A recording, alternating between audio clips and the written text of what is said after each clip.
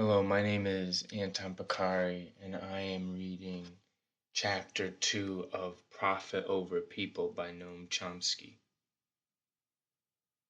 A decent democratic society should be based on the principle of consent of the governed. That idea has won general acceptance, but it can be challenged as both too strong and too weak. Too strong because it suggests that people must be governed and controlled.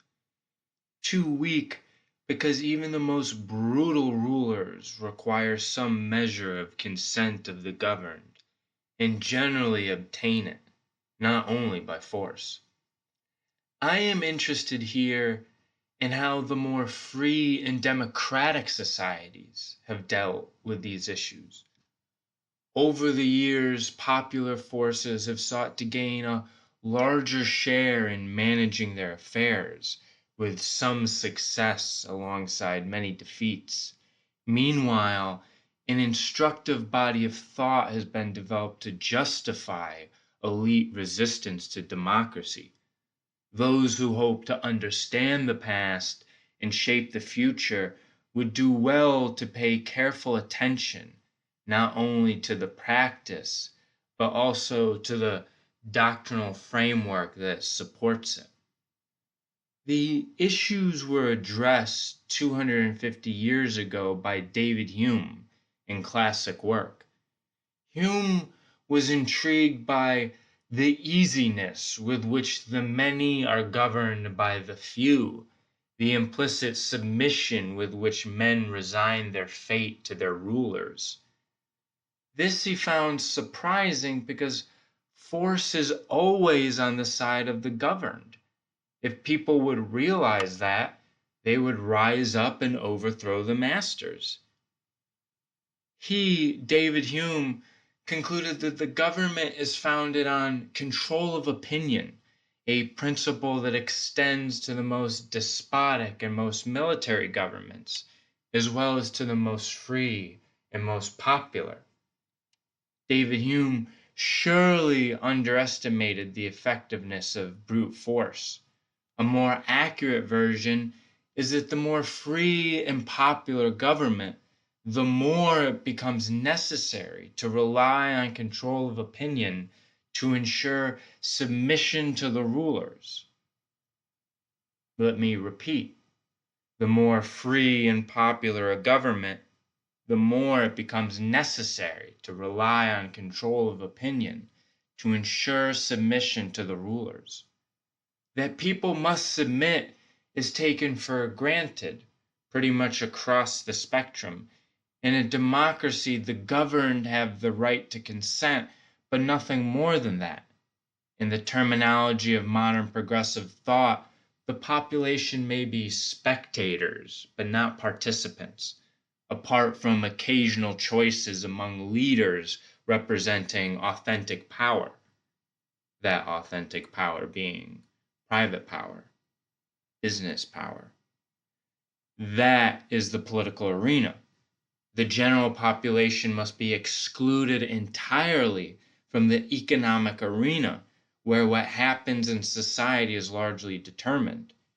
Here, the public is to have no role, according to prevailing democratic theory. These assumptions have been challenged throughout history, but the issues have taken on particular force since the first modern democratic upsurge in 17th century England. The turmoil of the time is often depicted as a conflict between king and parliament, but as is often true, a good part of the population did not want to be governed by either of the contestants for power, king or parliament, but by countrymen like ourselves that know our wants, so their pamphlets declared, not by knights and gentlemen who do not know the people's sores and will but oppress us. Such ideas greatly distressed the men of best quality, as they called themselves, the responsible men in modern terminology. They were prepared to grant the people rights, but within limits, and on the principle that by the people we do not mean the confused and ignorant rabble. But how is that fundamental principle of social life to be reconciled with the doctrine of consent of the governed, which was not so easy to suppress by then? A solution to the problem was proposed by Hume's contemporary, Francis Hutcheson, a distinguished moral philosopher. Francis Hutcheson argued that the principle of consent of the governed is not violated when the rulers impose plans that are rejected by the public, if later on the stupid and prejudiced masses will heartily consent to what we have done in their name. We can adopt the principle of consent without consent, the term later used by sociologist Franklin Henry Giddings. Hutchinson was concerned with control of the rabble at home, Franklin Henry Giddings with enforcing order abroad.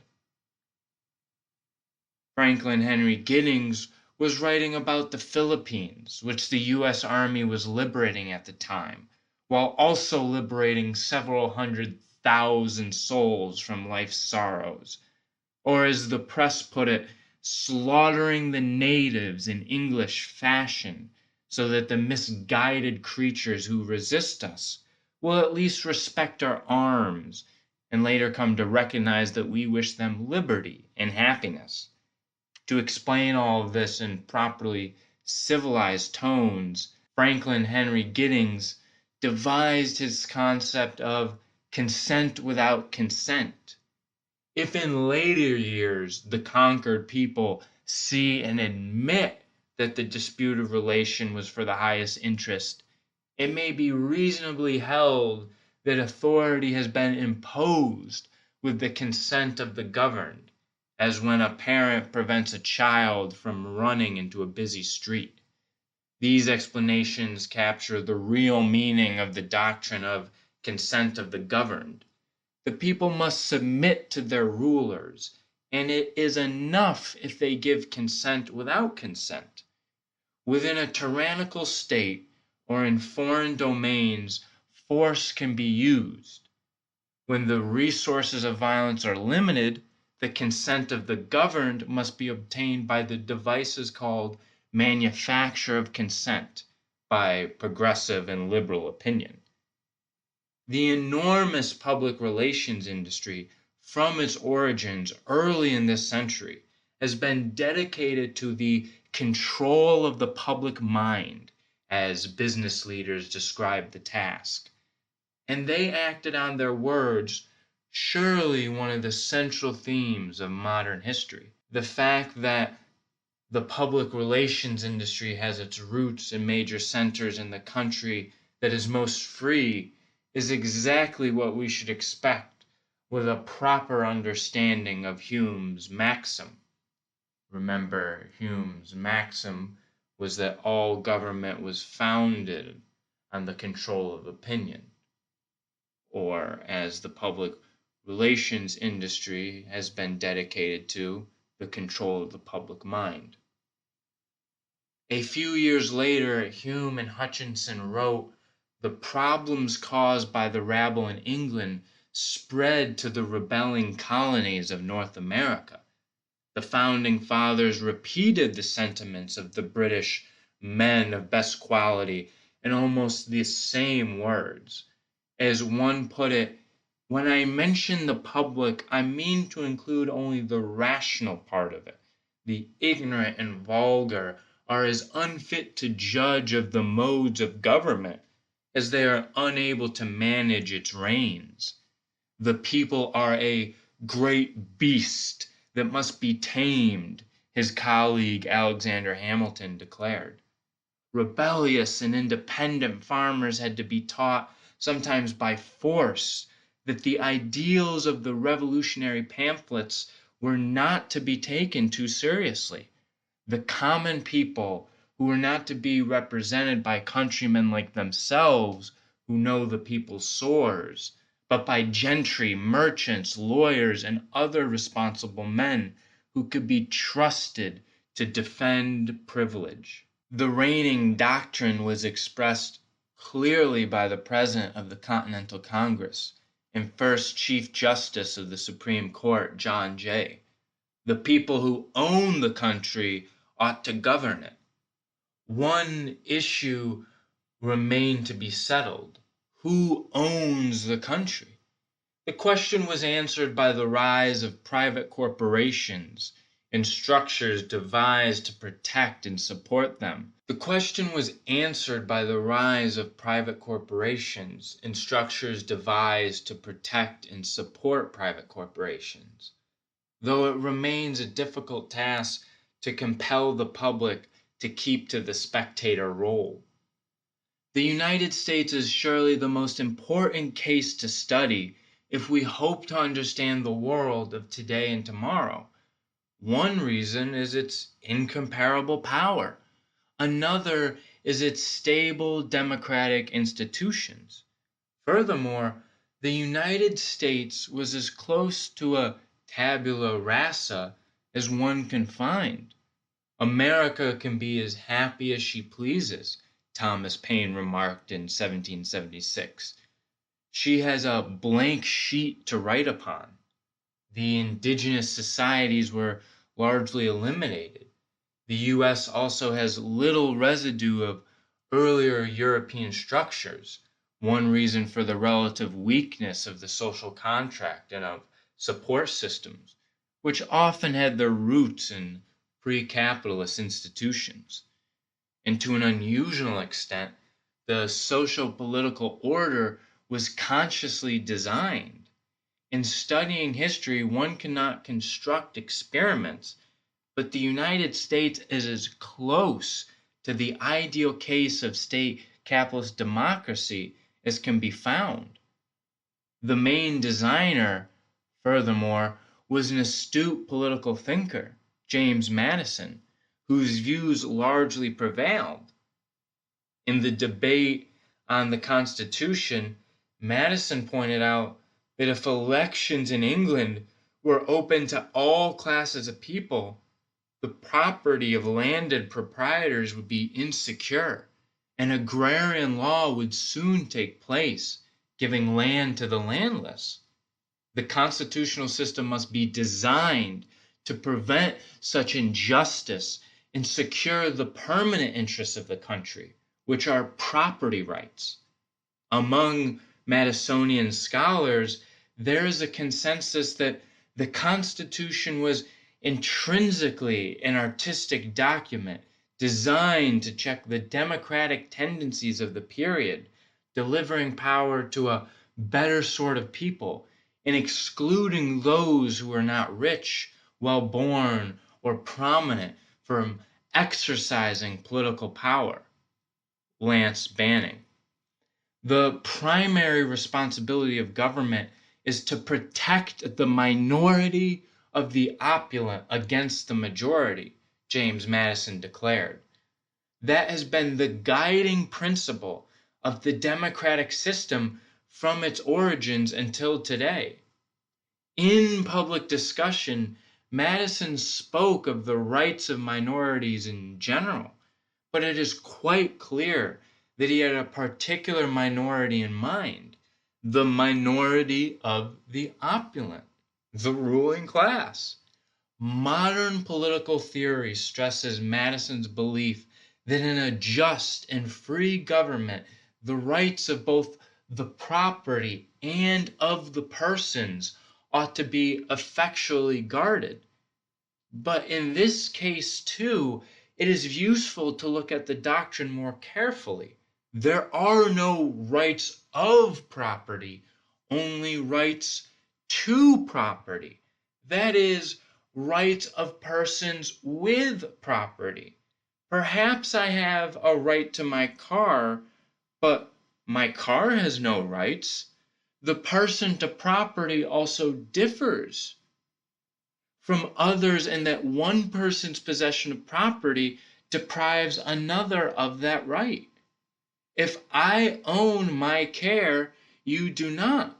But in a just and free society, my freedom of speech would not limit yours. The Madisonian principle, then, is that government must guard the rights of persons generally, but must provide special and additional guarantees for the rights of one class of persons, property owners.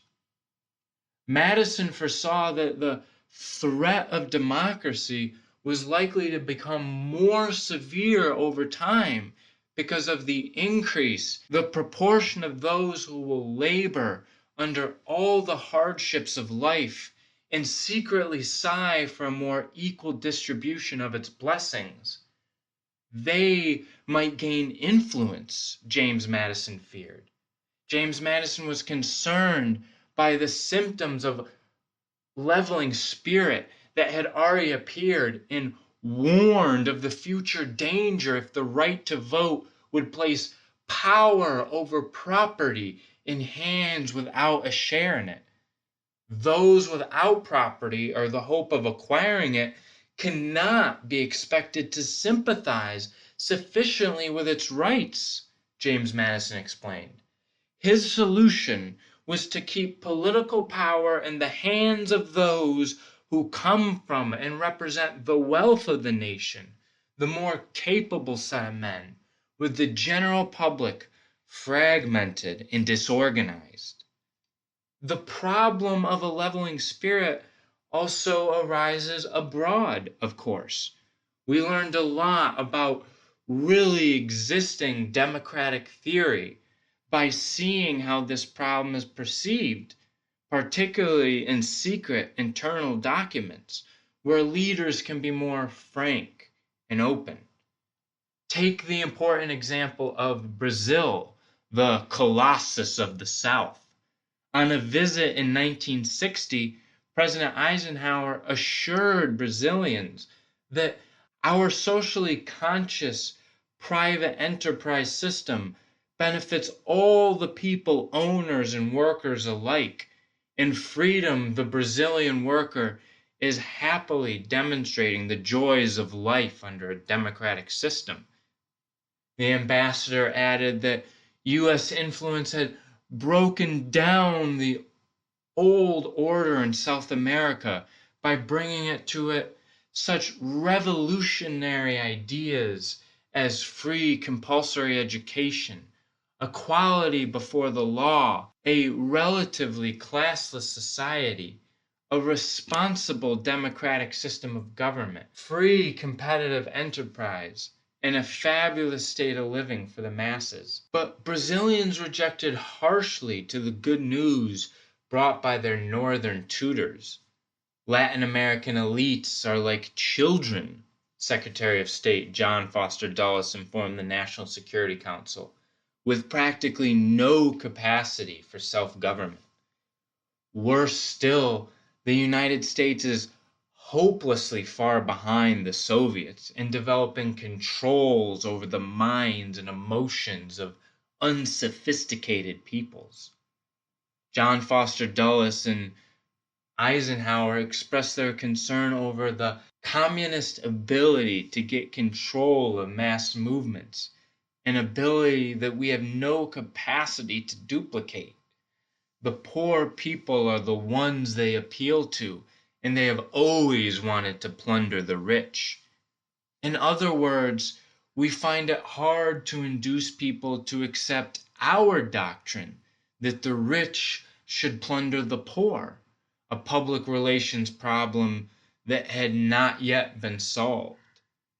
The Kennedy administration faced the problem by shifting the mission of the Latin American military from hemispheric defense to internal security, a decision with fateful consequences, beginning with the brutal and murderous military coup in Brazil. The military had been seen by Washington as an island of sanity in Brazil, and the coup was welcomed by Kennedy's ambassador Lincoln Gordon as a democratic rebellion, indeed the single most decisive victory of freedom in the mid-20th century. A former Harvard University economist, Lincoln Gordon, added that this victory of freedom, that is, the violent overthrow of a parliamentary democracy, should create a greatly improved climate for private investments, giving some further insight into the operative meaning of the terms freedom and democracy. Private investments. 2 years later, Defense Secretary Robert McNamara informed his associates that U.S. policy towards the Latin American military have, on the whole, been effective in attaining the goals set for them. These policies have improved internal security capabilities and established predominant U.S. military influence. The Latin American military understand their tasks and are equipped to pursue them thanks to Kennedy's programs of military aid and training. These tasks include the overthrow of civilian governments whenever, in the judgment of the military, the conduct of these leaders is injurious to the welfare of the nation. Such actions by the military are necessary in the Latin American cultural environment, the Kennedy intellectuals explained, and we can be confident that they will be carried out properly now that the military have gained an understanding of and orientation toward U.S. objectives.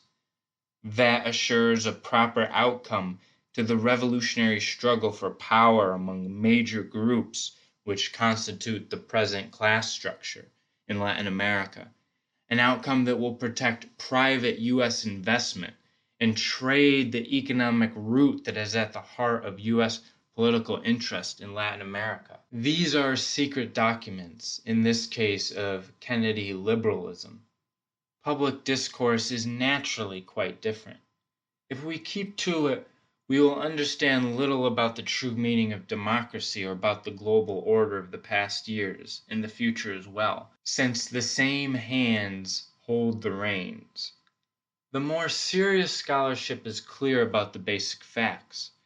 The national security states installed and backed by the United States are discussed in an important book by Lars Schultz, one of the leading Latin American scholars.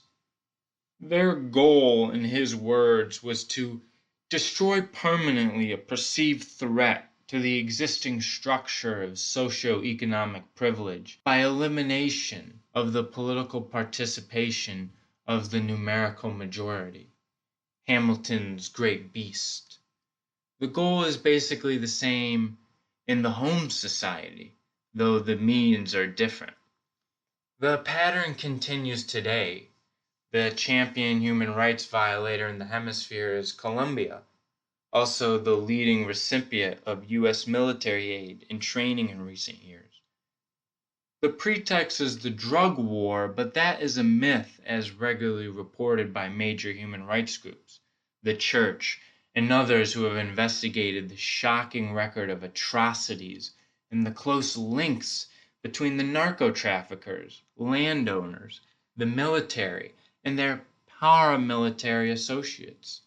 State terror has devastated popular organizations and virtually destroyed the one independent political party by assassination of thousands of activists, including presidential candidates, mayors, and others. Nonetheless, Colombia is hailed as a stable democracy, revealing again what is meant by democracy. A particularly instructive example is the reaction to Guatemala's first experiment with democracy. In this case, the secret record is partially available, so we know a good deal about the thinking that guided policy. In 1952, the CIA warned that the radical and nationalist policies of the government had gained the support or acquiescence of almost all Guatemalans. The government was mobilizing the hitherto politically inerrant peasantry and creating mass support for the present regime by means of labor organization, agrarian reform, and other policies identified with the Revolution of 1944, which had aroused a strong national movement to free Guatemala from the military dictatorship, social backwardness, and economic colonialism which had been the pattern of the past. The policies of the democratic government inspired the loyalty and conformed to the self-interest of most politically conscious Guatemalans. State Department intelligence reported that the democratic leadership insisted upon the maintenance of an open political system, thus allowing communists to expand their operations and appeal effectively to various sectors of the population. These deficiencies of democracy were cured by the military coup of 1954 and the reign of terror since, always with large-scale U.S. support. The problem of securing consent has also arisen with international institutions. At first, the United Nations was a reliable instrument of the U.S. policy and was greatly admired. But decolonization brought about what came to be called the tyranny of the majority. From the 1960s, Washington took the lead in vetoing Security Council resolutions, with Britain second and France a distant third, and voting alone or with a few client states against General Assembly resolutions. The UN fell into disfavor, and sober articles began to appear asking why the world was opposing the United States. That the United States might be opposing the world is thought too bizarre to be entertained. U.S. relations with the World Court and other international institutions have undergone a similar evolution, to which we return. My comments on the Madisonian roots of the prevailing concepts of democracy were unfair in an important respect. Like Adam Smith and other founders of classical liberalism, Madison was pre-capitalist and anti-capitalist in spirit. He expected that the rulers would be enlightened statesmen and benevolent philosophers whose wisdom may best discern the true interests of their country. They would refine and enlarge the public views, guarding the true interests of the country against the mischiefs of democratic majorities, but with enlightenment and benevolence. Madison soon learned differently, as the opulent minority proceeded to use their newfound power as much as Adam Smith had predicted a few years earlier. They were intent on pursuing what Adam Smith called the vile maxim of the masters, all for ourselves and nothing for other people. By 1792, Madison warned that the rising developmental capitalist state was substituting the motive of private interest in place of public duty, leading to a real domination of the few under an apparent liberty of the many. James Madison deplored the daring depravity of the times as private powers became the Praetorian band of the government, at once its tools and its tyrant, bribed by its largesses and overawing it by clamors and combinations. They cast over society the shadow that we call politics, as John Dewey later commented. One of the major 20th century philosophers and a leading figure of North American liberalism, John Dewey emphasized that democracy has little content when big business rules the life of the country through its control of the means of production, exchange, publicity, transportation, and communications, reinforced by command of the press, press agents, and other means of publicity and propaganda. John Dewey held further that in a free and democratic societies, workers must be the masters of their own industrial fate, not tools rented by employers, ideas that can be traced back to classical liberalism and the Enlightenment, and have constantly reappeared in popular struggle in the United States as elsewhere. There have been many changes in the past 200 years, but James Madison's words of warning have only become more appropriate, taking new meaning with the establishment of great private tyrannies that were granted extraordinary powers early in this century, primarily by the courts. The theories devised to justify these collectivist legal entities, as they are sometimes called by legal historians, are based on ideas that also underlie fascism and Bolshevism, that organic entities have rights over and above those of persons. They receive ample largesses from the state they largely dominate, remaining both tools and tyrants, in Madison's phrase. And they have gained substantial control over the domestic and international economy, as well as the informational and doctrinal systems, bringing to mind another of James Madison's concerns, that a popular government without popular information or the means of acquiring it is but a prologue to a farce or a tragedy, or perhaps both. Let's now look at the doctrines that have been crafted to impose the modern forms of political democracy. They are expressed quite accurately in an important manual of the public relations industry by one of its leading figures, Edward Bernays. He opens by observing that the conscious and intelligent manipulation of the organized habits and opinions of the masses is an important element in democratic society.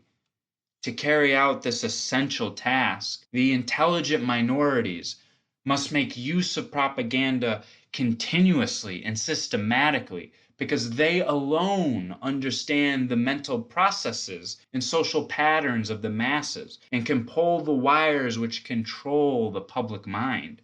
Therefore, our society has consented to permit free competition to be organized by leadership and propaganda, another case of consent without consent. Propaganda provides the leadership with a mechanism to mold the minds of the masses so that they will throw their newly gained strength in the desired direction.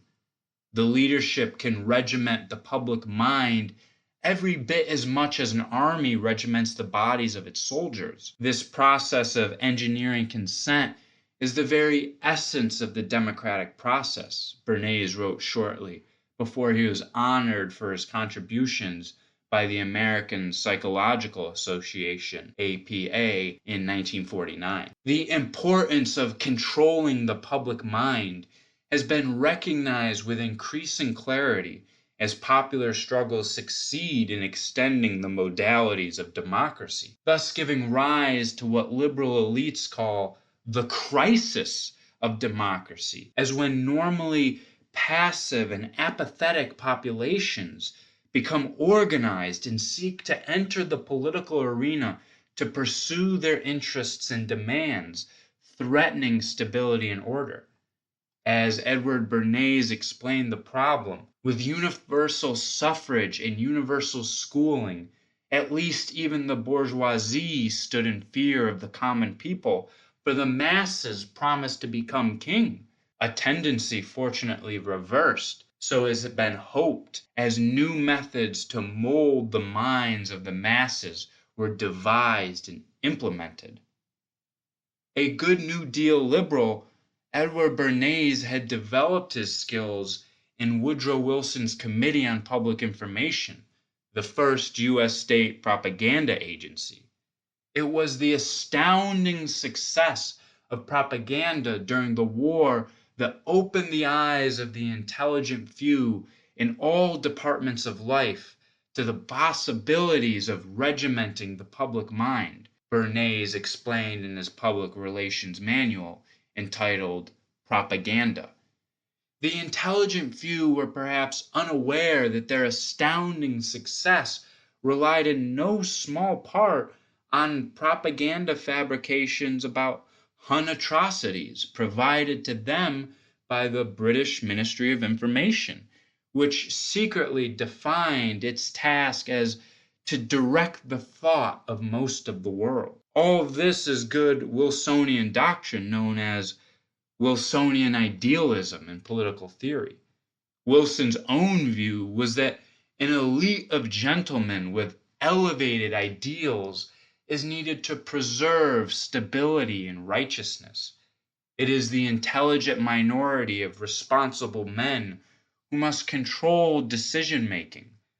Another veteran of Wilson's propaganda committee, Walter Lippmann, explained in his influential essays on democracy. Walter Lippmann, also the most respected figure in U.S. journalism and a noted commentator on public affairs for half a century. The intelligent minority are a specialized class who are responsible for setting policy and for the formation of a sound public opinion, Walter Lippmann elaborated. They must be free from interference by the general public, who are ignorant and meddlesome outsiders. The public must be put in its place, Lippmann continued. Their function is to be spectators of action, not participants, apart from periodic electoral exercises when they choose among the specialized class. Leaders must be free to operate in technocratic insulation, to borrow current World Bank terminology. In the Encyclopedia of Social Sciences, Harold Lasswell, one of the founders of modern political science, warned that the intelligent few must recognize that the ignorance and stupidity of the masses and not succumb to democratic dogmatisms about men being the best judges of their own interests. They are not the best judges. We are. The masses must be controlled for their own good. And in more democratic societies, where force is unavailable, social managers must turn to a whole new technique of control, largely through propaganda. Note that this is a good Leninist doctrine.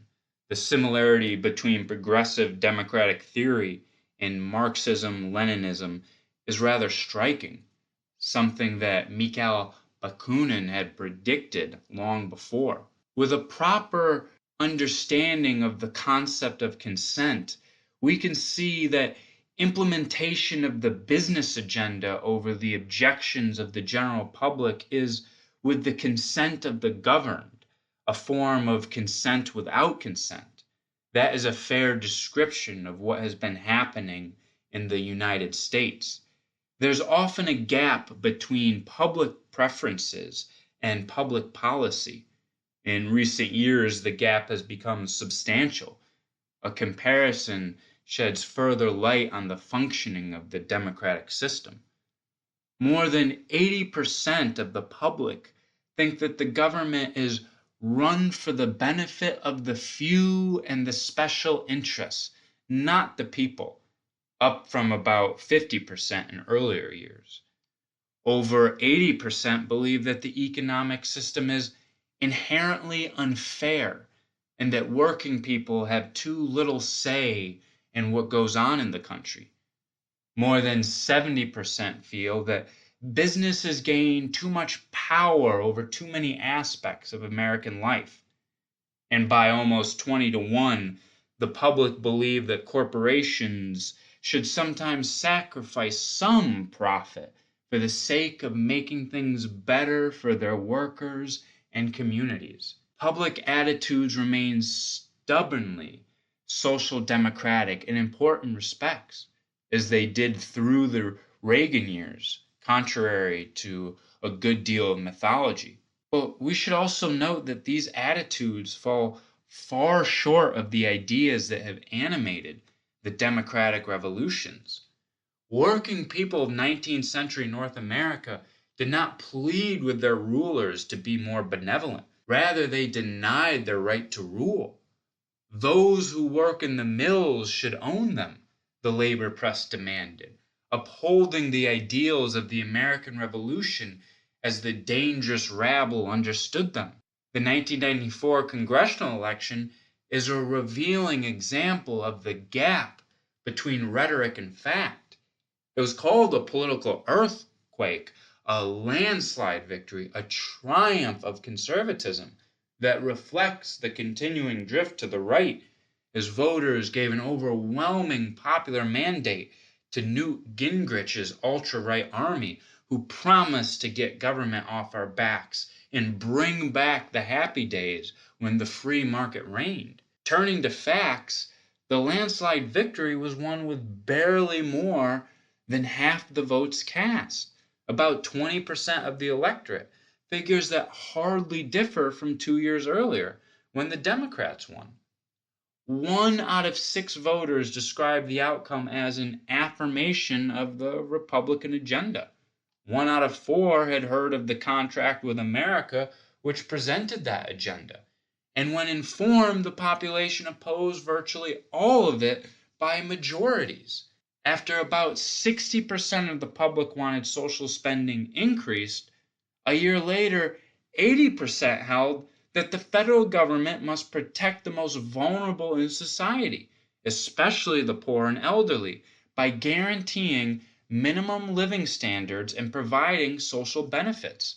80 to 90% of Americans support federal guarantees of public assistance for those who cannot work, unemployment insurance, subsidized prescription drugs, and nursing home care for the elderly, a minimum level of health care, and social security. 3/4 support federally guaranteed child care for low-income working mothers. The resilience of such attitudes is particularly striking in the light of the unremitting propaganda assault to persuade the public that they hold radically different beliefs. Public opinion studies show that the more voters learned about the Republican program in Congress, the more they opposed the party and its congressional program. The standard bearer of the revolution, Newt Gingrich, was unpopular at the time of his triumph and sank steadfastly afterward, becoming perhaps the most unpopular political figure in the country. One of the more comical aspects of the 1996 elections was the scene of Gingrich's closest associates struggling to deny any connection to their leader and his ideas. In the primary, the first candidate to disappear virtually at once was Phil Gramm, the sole representative of the congressional Republicans, very well funded in saying all the words that the voters are supposed to love, according to the headlines. In fact, almost the full range of policy issues disappeared instantly as soon as the candidates had to face the voters in January 1996. The most dramatic example was balancing the budget. Through 1995, the major issue in the country was how quickly to do it, 7 years or a bit longer. The government was shut down several times as the controversy raged. As soon as the primaries opened, talk of the budget was gone. The Wall Street Journal reported with surprise that voters have abandoned their balanced budget obsession. The actual obsession of the voters was precisely the opposite, as polls had regularly shown. Their opposition to balancing the budget under any minimally realistic assumptions. To be accurate, parts of the public did share the obsession of both political parties with balancing the budget. In August 1995, the deficit was chosen as the country's most important problem by 5% of the population, ranking alongside homelessness. But the 5% who are obsessed with the budget happen to include people who matter. American business has spoken. Balance the federal budget, Business Week announced, reporting a poll of senior executives. And when business speaks, so do the political class and the media, which informed the public that it demanded a balanced budget, detailing the cuts in social spending in accord with the public will and over its substantial opposition, as polls demonstrated. It is not surprising that the topic suddenly disappeared from view as soon as politicians had to face the great beast. It is also not surprising that the agenda continues to be implemented in its standard double-edged fashion, with cruel and often unpopular cuts in social spending, alongside increases in the Pentagon budget that the public opposes, but with strong business support in both cases. The reason for the spending increases are easily understood when we bear in mind the domestic role of the Pentagon system to transfer public funds to advanced sectors of industry, so that Newt Gingrich's rich constituents, for example, can be protected from the rigors of the marketplace with more government subsidies than any other suburban district in the country outside the federal government itself, while the leader of the conservative revolution denounces big government and lauds rugged individualism.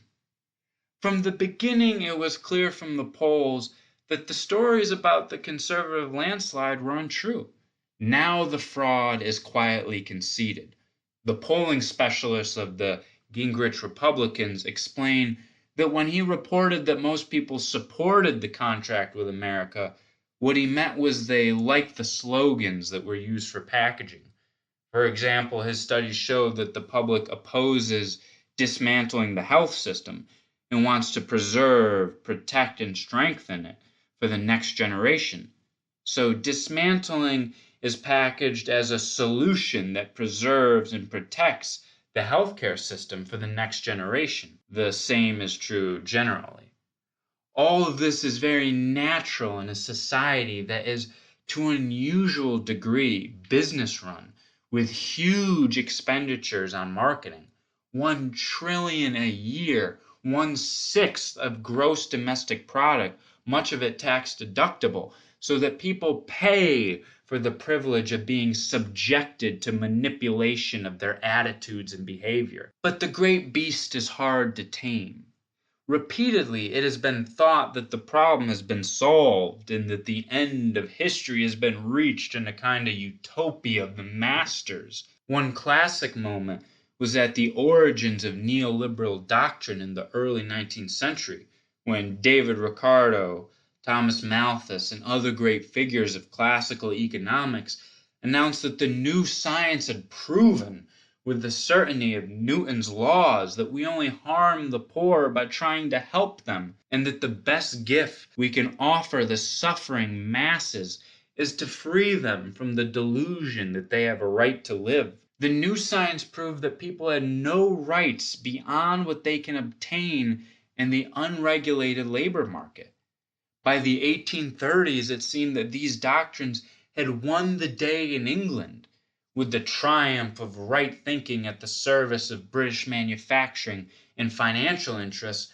The people of England were forced into the paths of a utopian experiment, Carl Palanio wrote in his classic work, The Great Transformation, 50 years ago. It was the most ruthless act of social reform in all of history, he continued, which crushed multitudes of lives. But an unanticipated problem arose. The stupid masses began to draw the conclusion that if we have no right to live, then you have no right to rule. The British Army had to cope with riots and disorder, and soon an even greater threat took shape as workers began to organize, demanding factory laws and social legislation to protect them from the harsh neoliberal experiment, and often going well beyond. The science, which is fortunately flexible, took new forms as elite opinion shifted in response to uncontrollable popular forces, discovering that the right to live had to be preserved under a social contract of sorts. Later in the century, it seemed to many that order had been restored, though a few dissented. The famous artist William Morris outraged respectable opinion by declaring himself a socialist in a talk at Oxford. He recognized that it was the most received opinion that the competitive or devil take the hindmost system is the last system of economy which the world will see, that it is perfection and therefore finality has been reached in it. But if history really is at an end, he continued, then civilization will die. And this he refused to believe, despite the confident proclamations of the most learned men. He was right, as popular struggle demonstrated. In the United States, too, the gay 90s, a century ago, were hailed as perfection and finality, and by the roaring 20s it was confidently assumed that labor had been crushed for good, and the utopia of the masters achieved in a most undemocratic America that was created over its workers' protest. Yale University historian David Montgomery comments. But again, the celebration was premature. Within a few years, the great beast once again escaped its cage, and even the United States, the business-run society par excellence, was forced by popular struggle to grant rights that had long been won in far more autocratic societies. Immediately after World War II, business launched a huge propaganda offensive to regain what it had lost. By the late 1950s, it was widely assumed that the goal had been achieved.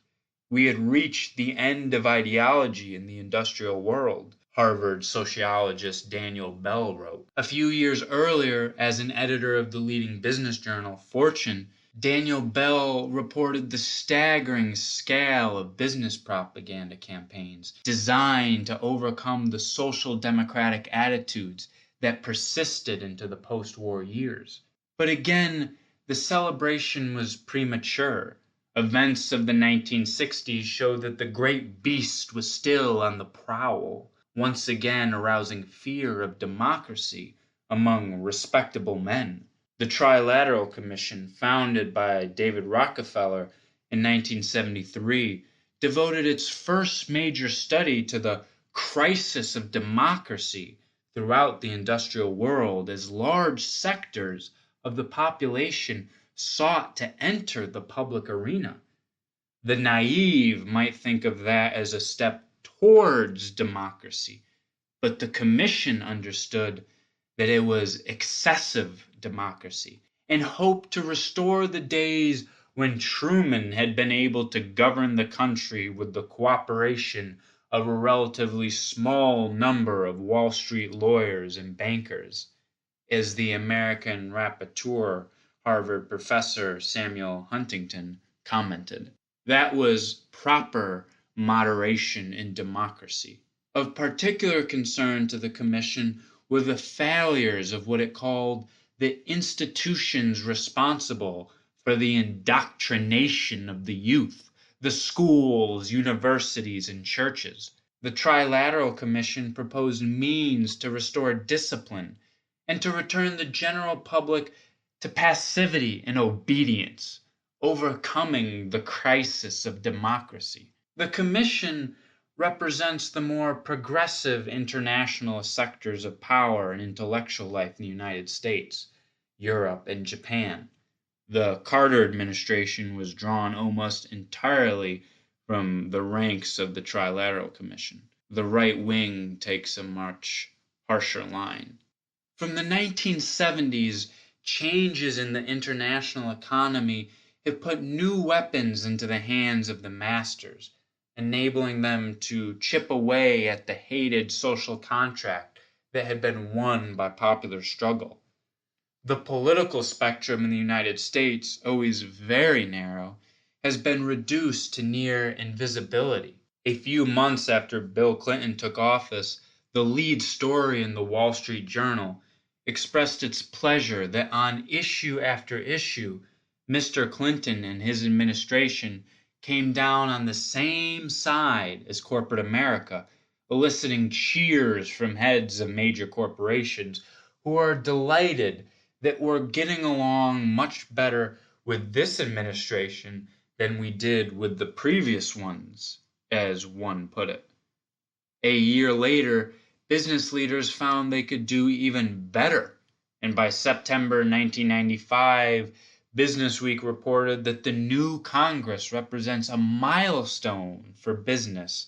Never before have so many goodies been showered so enthusiastically on America's entrepreneurs. In the November 1996 elections, both candidates were moderate Republicans and longtime government insiders, candidates of the business world. The campaign was one of historic dullness, the business press reported. Polls showed that the public interest had declined even below the previous low levels, despite record-breaking spending, and that voters disliked both candidates and expected little from either of them.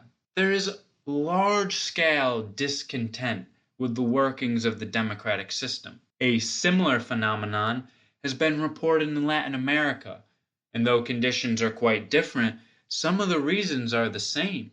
Argentine political scientist Attilio Born has stressed the fact that in Latin America, the democratic process has established together with neoliberal economic reforms, which have been a disaster for most people. The introduction of similar programs in the richest country in the world has had similar effects. When more than 80% of the population feel that the democratic system is a sham and that the economy is inherently unfair, the consent of the governed is going to be very shallow. The business press records capital's clear subjugation of labor for the past 15 years, which has allowed it to win many victories. But it also warns that the glorious days may not last because of the increasingly aggressive campaign of workers to secure a so-called living wage and a guaranteed bigger piece of the pie. It is worth remembering that we have been through all of this before. The end of history, perfection, and finality have often been proclaimed, always falsely, and with all the sordid continuities. An optimistic soul can still discern slow progress, realistically, I think. In the advanced industrial countries, and often elsewhere too, popular struggles can start from a higher plane and with greater expectation than those of the gay 90s and roaring 20s, or even 30 years ago. And international solidarity can take new and more constructive forms as the great majority of the people of the world come to understand that their interests are much the same and can be advanced by working together. There is no more reason now than there has ever been to believe that we are constrained by mysterious and unknown social laws, not simply decisions made within institutions that are subject to human will. Human institutions that have to face the test of legitimacy, and if they do not meet it, can be replaced by others that are more free and more just, as often in the past.